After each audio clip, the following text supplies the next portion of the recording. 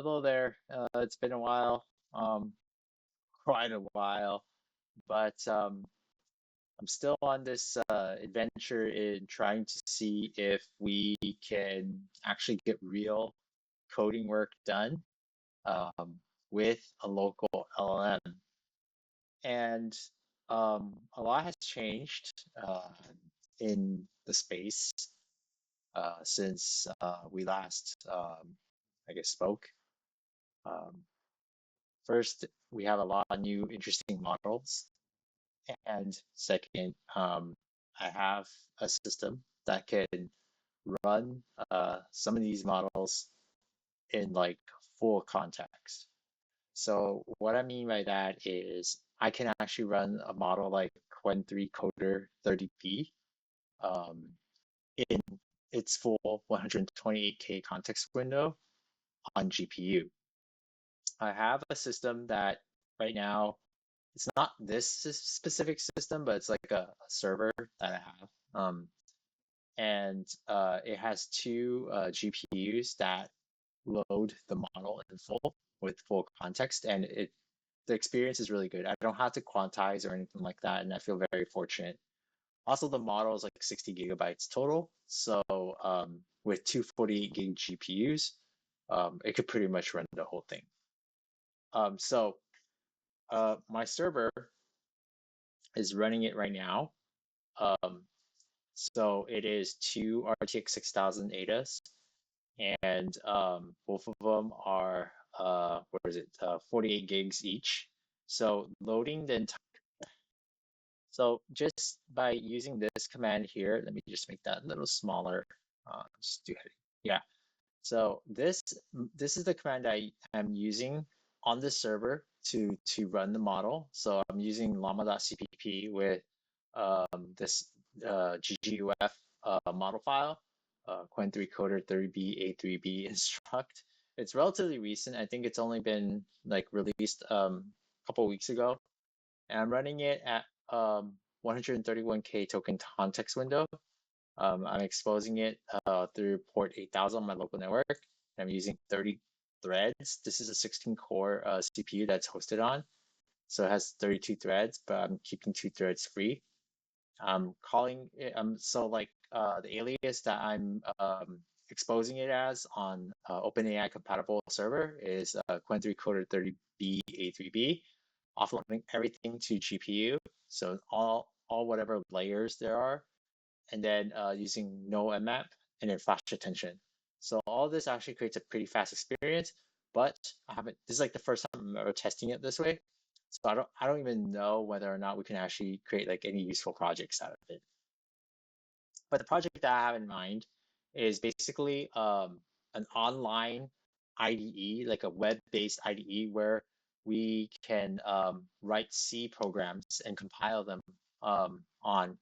And it's really useful because then you can use like some sort of VPN like Tailscale to access that remotely and be able to like always code no matter what kind of computer you have. Like for example, if you only have access to a web browser, you could just always like write some code. And that's like the goal of this program to see if we could do that and also like see whether or not a small model that runs locally, such as this, Qwen3 Coder, is actually capable of taking us all the way there. Um, I'm not going to even use, so I'm only allowed to use my internet browser, so I'm going to just be able to use that. And this is just up here to test, so I just do hi, it works, right? So I'm only allowed to use my web browser to search stuff up, and I'm only allowed to any sort of AI. I'm only allowed to use Qwen3 Coder. Okay, so I have my IDE VS Code set up with Cline again, like last time. I think last time we used Roo, but this time I'm using Cline because it feels more familiar to like other IDEs like Cursor and Windsurf.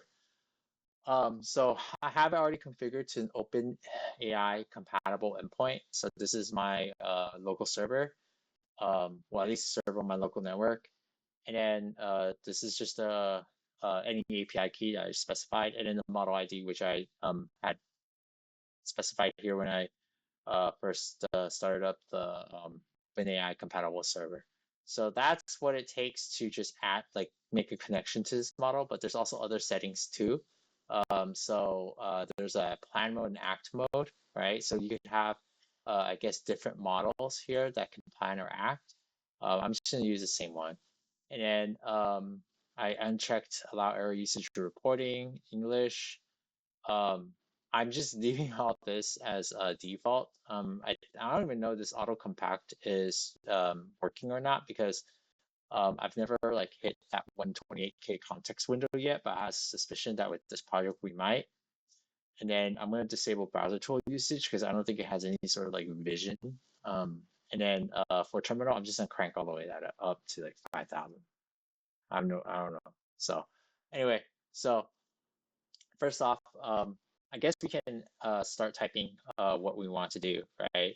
And that's like the first thing. And I should also turn off like auto approve on certain things, like for example, edit. Let's have it like uh ask us for approval first. And before I do that, like let me just set the font size for things. So 18 font size is good enough, but let's do terminal font size. Okay. Let's do 16. Okay. 16 looks good. Okay. Let's actually, no, let's do 18 here and then editor.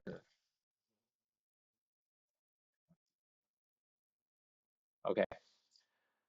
Um, so first things first is a web application, right? So I just want to create two new folders. I'll call it IDE client and IDE server. Okay. So again, usually, like I think LLMs kind of stuck in trying to figure out what you want to do. So we should at least like set up this project to at least give it some initial context to what these things are, right? So in fact, I'm going to delete this one and I'm just start like a bare Vite projects. So here I'm going to go to Vite, search for Vite. I'm going to start like a JavaScript React maybe TypeScript type, yeah, project, yeah, TypeScript and React. So never know where to go here, but basically it should be like right here, but I want to specify a template installation. Where would that be? Right here? Here we go. Yeah, I don't know why they collapsed this. This is like the most useful part. But anyway, so I'm going to copy this command and I'm just going to run it in the root folder here, the simple IDE. And I already have npm installed, so that's fine. So React TS is going to be the template. And then for the name, I'm going to name this IDE client. So it's going to create a folder called the IDE client on the root project directory here. And it's already done that. So I could just cd into it and I could just run npm install and then npm run dev. So it should take a while and then npm run dev, but I want to expose that to anywhere in my other browser, but it's okay. Let's just keep it here so that we can like refresh. This is a clean browser. Okay. All right. So that's that. This one should be npm init with Express install. It's going to be a pure like JavaScript TypeScript application, front end and back end. So I'll just change directory to that, and I'll just npm init -y. Oops. Oh well, it still works. Okay. So here I can do npm install -save express. So that'll get us express. But we also need, in this case, cores and body parser, like pretty much by default. So cores body parser, so that we can make requests. And then we'll just touch server.js and we'll have a server right there. So that's fine. Okay. Let's actually now give it some context. Okay. So let's interact with this and there's two options here. Is there's like an agentic mode with act option where if you were to I'll just cancel here. If you were to send a message with directions, it'll try to code on its own, trying to get the task done, agentic, right? But then there's also like the plan mode where you can just like interact with it as if it was like a chatbot, but then also get its guidance and opinions on things. Um, I think we can take a look at this like slowly, but let's just work with this first. So I'm gonna be just typing like exactly telling it what we're doing and what we expect from it. Okay. So in this case, hello, I am trying to create a web-based IDE specifically to program C programs. Okay. The system that it will be deployed to is running Linux, Ubuntu.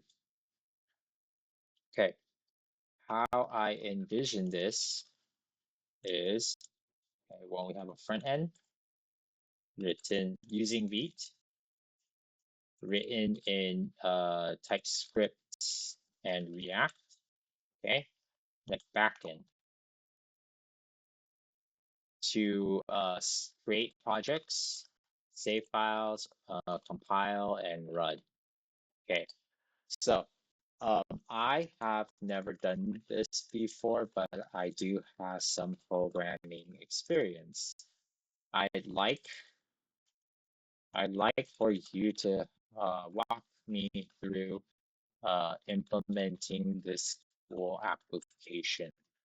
Um, never, even when you are, I guess that you should never try to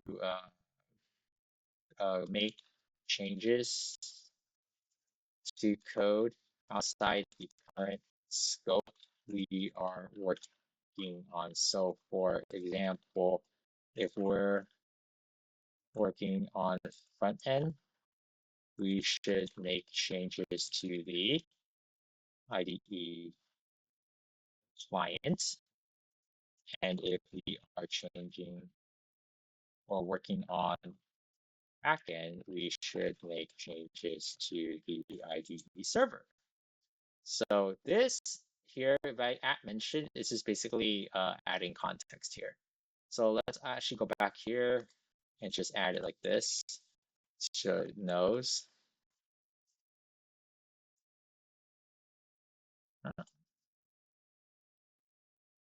IDE server. Ah, weird. IDE server. There we go. Okay. So what I have done so far. Oh, and let's say, yeah, what I have done so far. I have created project structure for both front end and back end. Okay, two. Front end has typical Vite code. Back end is using express.js. I have already created a server.js file. Okay. First, my expectations is that I want it to have the same look and feel of VS Code. It should have an editor area, maybe using Monaco. So if you don't know what Monaco is the framework that the editing framework that VS Code is actually powered by. So uh, here you can see that if you look at a demo here, it does feel and look like Visual Studio Code. So in this case, we can change the theme here, and that looks exactly like Visual Studio Code, right? You can change the language. So if we're interested in C, let's make C. So this is what our app will kind of look like, right? And we also get like things like a mini map and syntax highlighting and all that stuff. So that's the gist. So maybe using Monaco, actually, I prefer that. Okay, so that's like the front end. Uh, for the back end, I want to keep things as simple as possible. And there's a concern with the back end in that if we are going to compile and run C programs from the internet, like through requests and things like that, there's a huge problem in that we can execute arbitrary code that could harm our system. So we need to be able to compile and run programs and execute commands like terminal commands in a sandboxed way, right?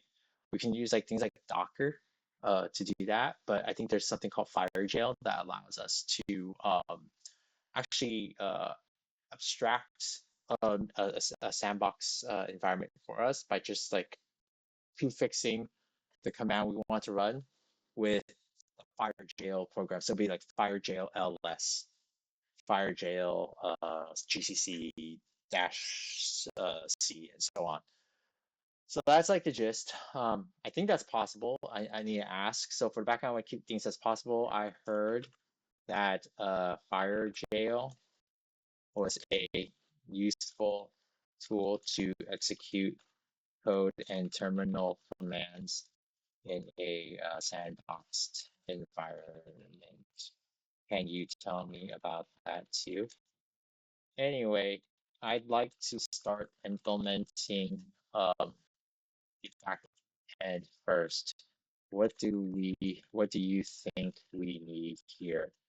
Like your thought, I'd like your thoughts.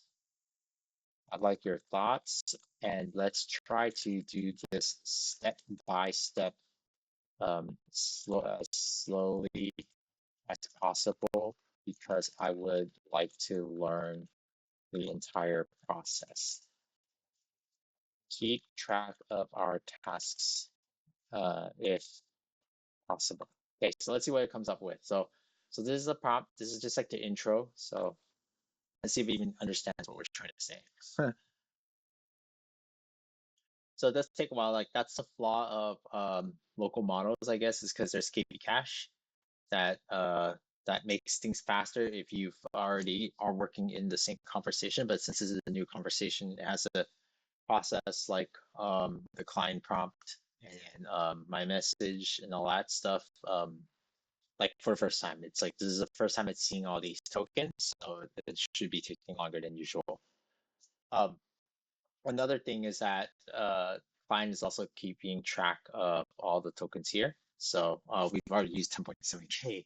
That's how big the prompt is, I think, for Cline. But anyway, let's see here. Okay, so I'll help you create a web-based C programming IDE with a front end and back end. Let me analyze what you provided and create a comprehensive plan for implementation. First, I can see you have a front-end project structure with Vue, React, and TypeScript IDE client, back-end project structure with Express.js. Let me outline what we need to build for the backend first, since that's what you requested to start with. Okay, so that's good already. We're starting now. Good. It's following instructions. So backend implementation plan. So here's what we kind of need, right, to create the backend. We need a way to create new C projects. We need to save files to projects. We need to compile, run, list the project files, and getting project information. Okay, so all this involves like mutating our system in a certain way. So therefore, we have some security considerations. As you mentioned, we'll use FireJail for sandboxing code execution, implement proper input validation and sanitation, and create isolated execution environments for each user and project. File management. We store projects in a structured directory, handle file creation, reading, and saving, and we support multiple files per project. Okay, so that makes sense. That's like any other C project. And then now for compiling, we just compile using GCC and we execute them in the sandbox environment. And we also want to be able to capture all the inputs and errors and outputs and feed them back to our client. Okay. So implementation steps here is set up basic Express server with necessary middleware, create project management endpoints. So all this is going to be through HTTP server. So we need to have those types of endpoints to handle that. and then we add compilation functionality using GCC. So we're gonna invoke the GCC the terminal command. But then we're going to be using FireJail for the sandboxing, right? So we'll also implement error handling and logging, add cores and security headers. Sure. Let me know if you'd like me to proceed with implementing the backend server JS file, or you'd like to discuss any specific aspect in more detail first. I actually would like to discuss, I would like to have it give me a little more detail on what FireJail is so that we know what we're getting into. So can you first tell me a little bit more about FireJail? Okay. So notice how it's pretty fast now because things are starting to get cached. So I think we can really get some good stuff done here, given how fast it is with the right hardware. So FireJail is a SUID sandboxing program that restricts access of untrusted applications. It's particularly useful for running untrusted code safely on Linux systems. So it allows us to have sandboxing. Okay, so it creates isolated environments for applications, preventing them from accessing the host system. So that makes sense. That's what's the whole point. That's the whole point, right? Reduces the attack surface. Okay, easy to use. This is why I'm so attracted to because I've seen this before. It's like you just have a very simple command line to execute your stuff in a sandbox environment. So yeah, how it works is it uses Linux namespaces to isolate the processes. It restricts file system access through bind mounts. So basically, I think there's like a virtual file system that limits network access, and it can restrict capabilities like the ability to use system calls. So for here, it's like this. FireJail will be used when executing user C programs to prevent access to system files. So anybody who is trying to compile and run the C program using this IDE, they won't be able to access stuff outside of their project structure. Can't do network access unless we explicitly allow, and then do file system modifications outside sandbox, like I just said, process injection or other malicious activities. So it's a simple command. So you start with FireJail and then some arguments, right? You actually probably can leave these as defaults, but whatever, and then run your program. So yeah, um, so this would run your program with a private file system, only temp is accessible, no network access, and limited capabilities. Okay, so yeah, so here's how our backend will work. When your user runs a C program, basically a program they have created in the IDE, or they've already compiled it using FireJail or GCC, when they want to run it, a temporary directory will be created for that program, right? And it will execute with FireJail. And then any output and errors we can keep, and then we can forward back to the client, and we just delete the temporary directory, the execution directory. So yeah. Okay. So let's just start with the easiest endpoints first, like creating uh, creating a project, right? Because we need a project.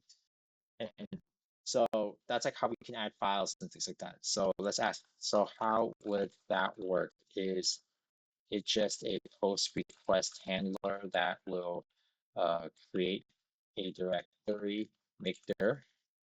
How do we structure all these projects? Okay. And so I'm just be aware that our target here is just for a single user. So it'll be all their projects. So we don't have to worry about all that security. So let's see what it says here. Cool. So here, so great question. Let me explain how creating a project would work with your backend. Project structure and creation. So project storage structure. I'd recommend organizing projects in a structured way. So we'll pretty much create a projects folder in our IDE server here. And then we'll just generate these projects. And then each project is going to be different that we can load with our source code files. So we have a post endpoint called API projects. Basically, the request body is going to be name my C program. So that's going to be a folder, and then a simple C program. Sure. So we're going to generate a unique project ID, UUID or stamp based timestamp based. We're going to create a directory. Okay, sure. Then we're going to create basic files like main.c with a default template. We store project metadata in a database or a JSON file. We return project information to the client. Okay, so here's an example approach. So again, express here, and then we're going to have this handler that will handle the project's creation. We take from the request the name and the description, okay, and then we basically randomly create a project name. Now, for us, I think we are just good to create the name of the project, okay? Create at least project hyphen and then maybe the name of the project, or actually, you know what? Let's just use the name itself just to keep things simple. And then we also have a project path, right? So then we're just gonna dump it into the projects folder, and then we're gonna make the directory there, and then we're just gonna create the default main.c file and write it to that project path, hello world simply, and then we'll just return that we did something. Okay. Okay. So let me implement this myself. Thanks. So it just gave us ideas. So I'm okay with like doing this by hand first, right? Because I want to just get guidance and code myself to just learn. So in this case here, I can just set up a normal like common, I guess common JS, whatever, common JS or CS, no, ES module, ES module server file. So I'll just do import uh, import star as express from express. Okay, I think that's what it is, right? So here is a function, yeah. So or probably the default. So import express from express, and then we can use const app equals express, and we can do app.listen. So the port here would probably be like 3000. So that's a front end stuff, huh? We'll just do 5000. That's like typical backend stuff. Callback, we can just console log. We work. Okay. Okay, so that's our typical boilerplate code for an Express server. So we just run it through node.server.js and we see we work. So port 5000 is available. That's great. Okay, so let's add more to that. So first of all, we need to have cores. So we'll import cores from cores. Okay, and we add that as middleware. So app.use use cores. And then we also import body parser. Semicolon, too used to Python nowadays. And let's add that as middleware. I think it's called body parser.json. We don't care about the JSON. Okay, so we have these middleware hooks registered, and let's see what happens. So we'll just restart our server, and it still works. So one thing is I think this is annoying. Like I don't like that I had to kill the server and start it again. So I'm gonna ask Cline here to see if it can help us with this functionality. Okay, okay. I do have a question. How can I make it so that server.js reloads whenever I make a change? I am thinking about a hot reload type of functionality. I recall, is this NodeMon? I actually vaguely remember it's called NodeMon or NodeMan. NodeMan? No, NodeMon.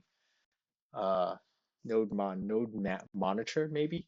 But it's been like at least a couple years since I've been like super serious into JavaScript. So okay, so yes, yes, you're absolutely right. You can use NodeMon for hot reloading in your Node.js backend. NodeMon automatically restarts your Node.js application when file changes are detected. Okay, so great. So let's actually install this.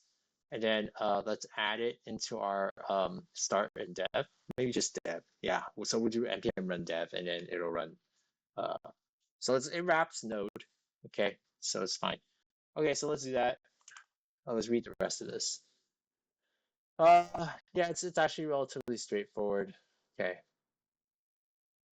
So the benefits of NodeMon here is to automatically restart server on code changes, show clear logs when restarting, ignores node modules by default, configurable to watch specific files and directories, whatever. Okay, so npm install -- save dev. This is a dev thing.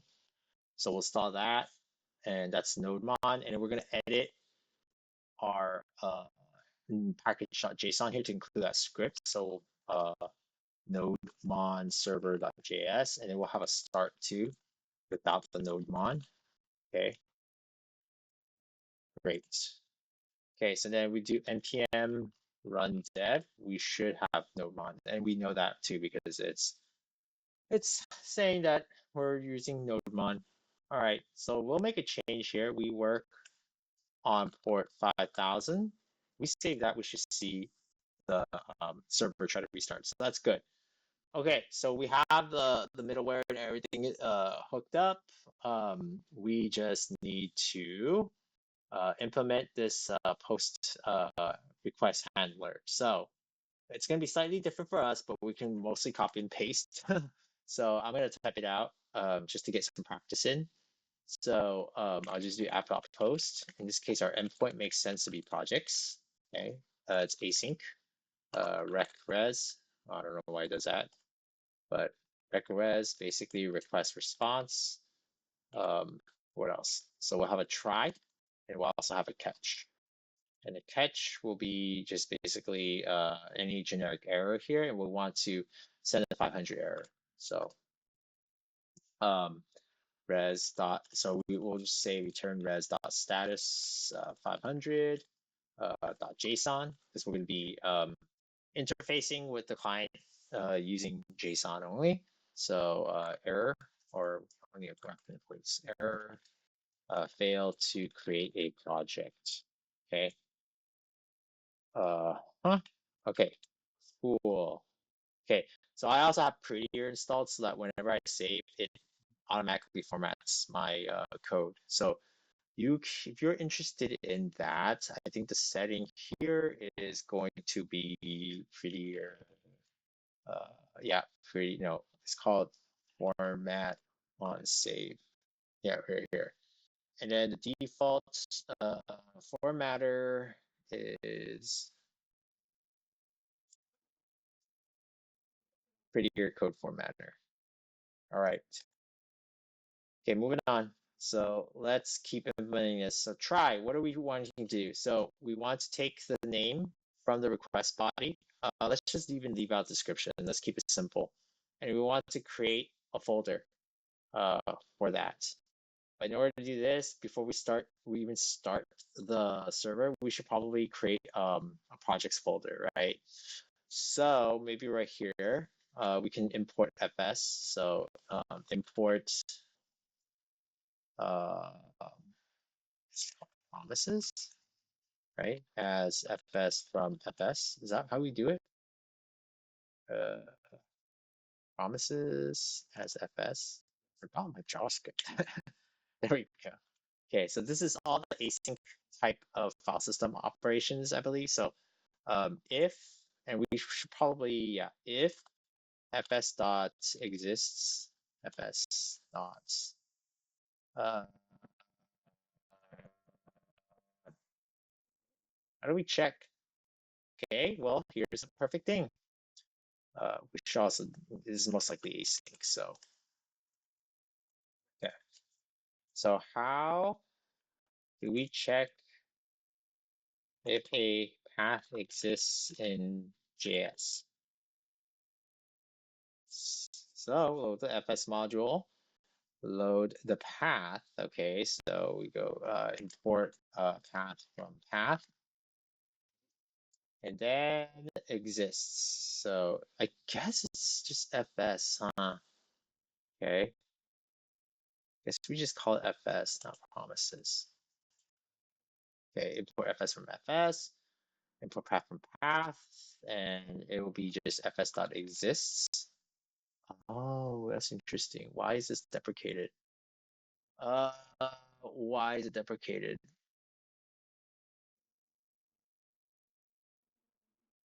Why?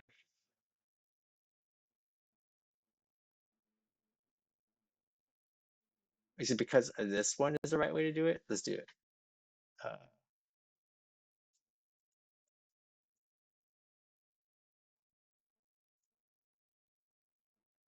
is that the reason why? No. Okay. Oh, so fs.access is recommended instead of using fs.exists. Because, okay, so we shouldn't use it before open read file. It's not recommended. Okay, sure. So the way to do it is fs.access. So let's just import fs again. So I would say that then, do we have that? Oh, this is fs here. Yeah, we did. Okay, so test the user permissions for the folder or directory specified by path. Okay, so projects, right? So we have access to it or exists, right? If not, fs.access, uh, what's the result? I guess no result.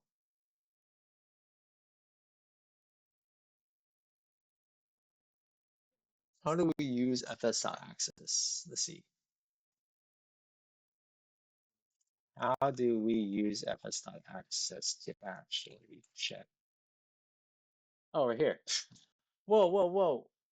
It did give us all this stuff. Okay, ignore this, but we want this one. Recommended for async operations. All right, path exists, fs.access. Oh, it's like a try-catch thing. Okay, so await fs.access. So basically, you just run it, and if you don't have access, you attempt to create it. So, okay, sure. So, await fs.access. In this case, we just say projects. fs.constants would be FOK. So, FOK, so should be either FOK or ROK. Okay. So that catch will just kind of exit the program. So throw new error, can't access projects directly. Or actually, no. If we don't have this, we should attempt to create it, right? So await. Uh,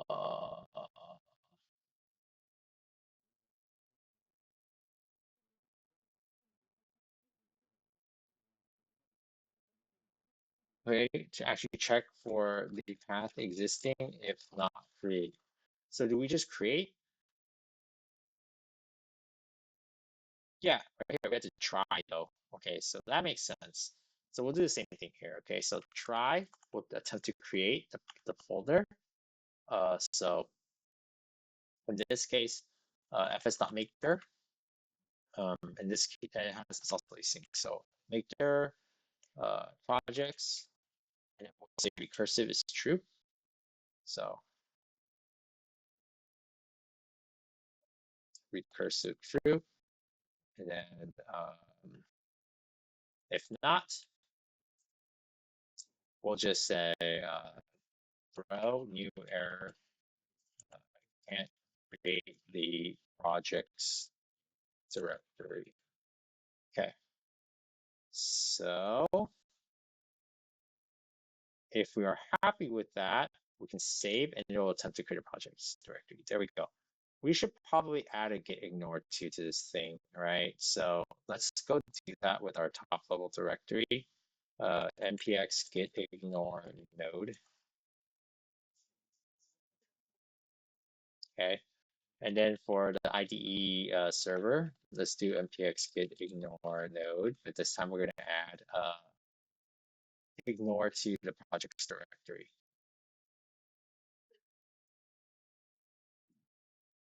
Cool.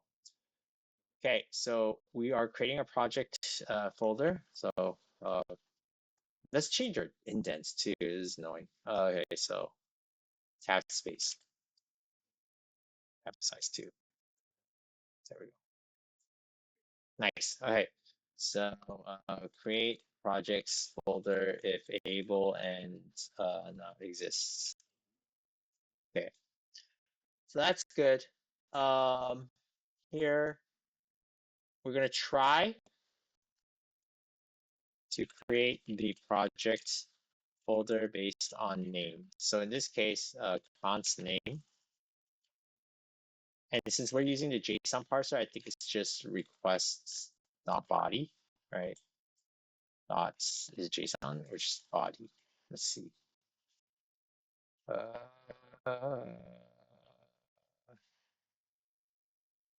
Yeah, request dot body. We'll just destructure the name, and then I guess we could do the same thing too, like right here, right?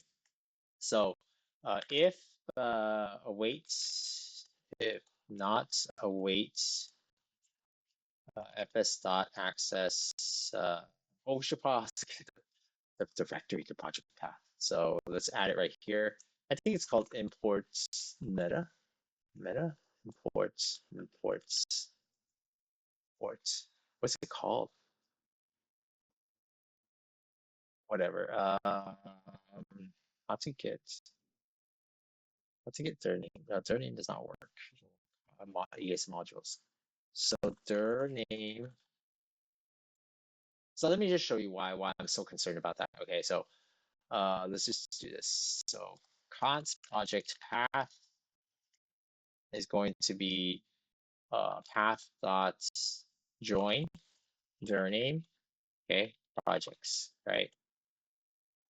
And we should probably just replace this project path in this case. So right here in our listen, we should replace this with project path. Okay. So let's see what happens when we attempt to do this. So if we were to refresh, right? So we crash. Why? It's because we have this. Okay, so let's just do that real quick. And then, okay, cool. So reference error in this case, their name is not defined in ES module scope.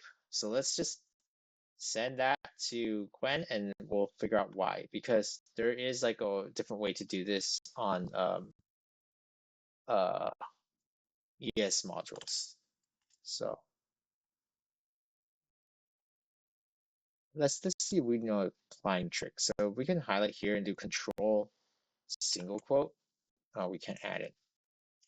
Yeah, we can't add it. Okay, whatever. Let's just send to Cline. How do we do that? So, no. Okay. Add to Cline. There we go. So what was this keyboard shortcut for this? Let's see. There's no keyboard shortcut. Oh, okay. So I am getting this because I am using ES module. So it's actually import.meta.url. So we don't need to import anything. It's just it's this one. I'm very well aware of this one. Okay, so their name is what we need to import. So let's do this. We do this their name join. Oops, why is it taking focus? Okay, their name join and then path. Okay, can we do that? No, we can't. Can we? No, we can't. Or we can do this. Their name and then the default as path from path. Can we do that? Yes, we can. Path. Cool. Okay, so in this case, we had to define it this way. We had to define it on our own. Const file name, the file to URL path, which we need to import. That's fine. import.meta.url, dir name is going to be dir name file name. Cool. So now we have this, we'll have this, and let's just console log project path, path for projects. It's going to be project path. That looks good. Save, and we shouldn't be getting an error anymore. Great. But do we get the, right here, we get the logging right here. Path for projects, blah, blah, blah, my name, average dev. All right, cool. So that works. I don't know why we even needed a join. Why do we need a join? Probably for something else. Whatever. Okay. So if we do not have access to project path, let's just return an error. Okay. So return res status, let's say 500, or actually forbidden. What was that forbidden? 401? HTTP, let's just use the internet.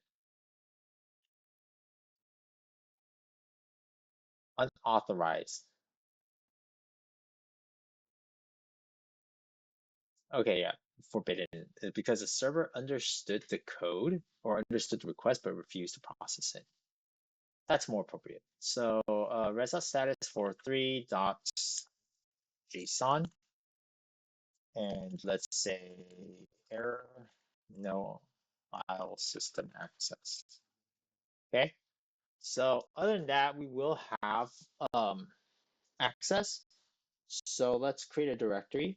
So, oh, this is right where join comes into play. So we'll say await fs dots maker, and this will be path like, so path dot join. Just use join, right? Let's see join. Yeah, use join. First path is going to be project's path, and it'll be name. So that's how we create it. So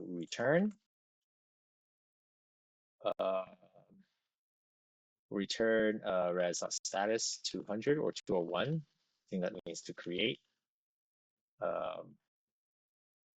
message created project name. Cool. All right, so let's add some sanitation first. Actually, refuse invalid project names. Only A to Z, A to Z, 0 to 9 to 9. These characters are allowed. Okay? Don't allow any other things. So let's have it implement this code. So now it's time to is act? No.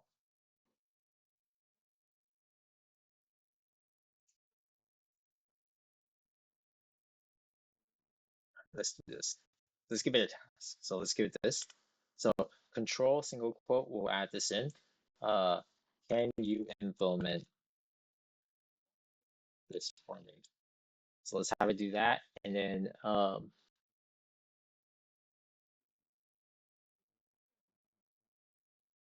okay.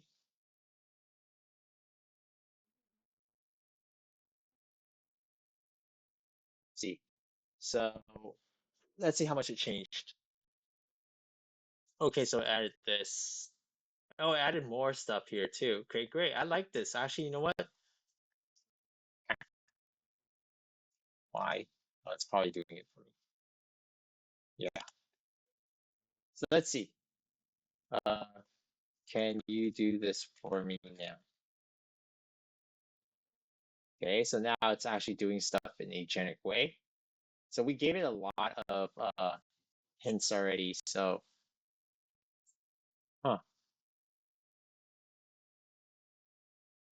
there we go. So it's changing stuff now. Okay, so here's the diff.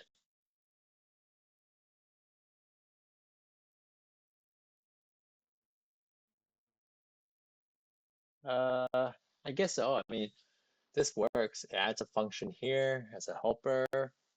If there's no name, project name is required. It's not valid project name based off of our regex here. It's fine. I think this is okay. Create project path. Okay, so if it doesn't exist, we'll just try to create it anyway. And then we'll just make dirt here.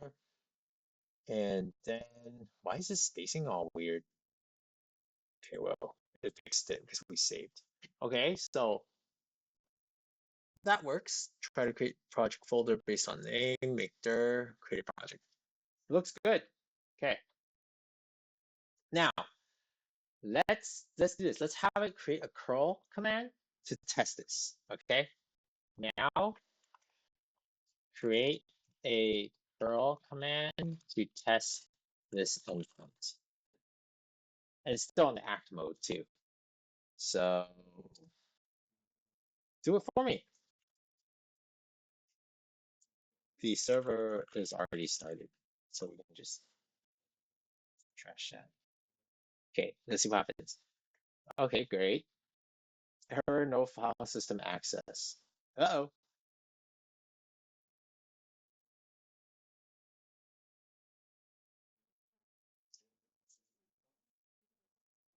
So let me examine the current server.js and fix the issue.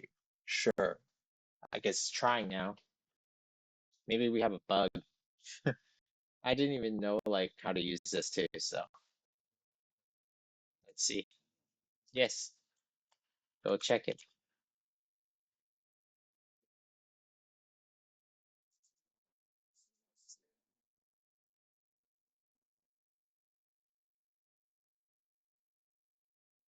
Boom, boom, boom, boom, boom. Pretty fast.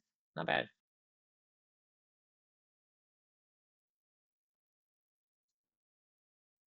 So it did that. Oh, this returns void. That's why. Oh, I made that mistake. Okay, that's fine. Should have been a try catch too. Maybe that was maybe it was helpful to to have a helper to do that. It doesn't return anything. Silly. Okay, cool. So we do have a C project created, and then we'll probably have we'll probably have more projects created now. So invalid. Okay, that's great. And we were able to do stuff. Yay. So we used 96K tokens just to get all this done. You know what? I'm going to commit. So commit all this. This looks good. So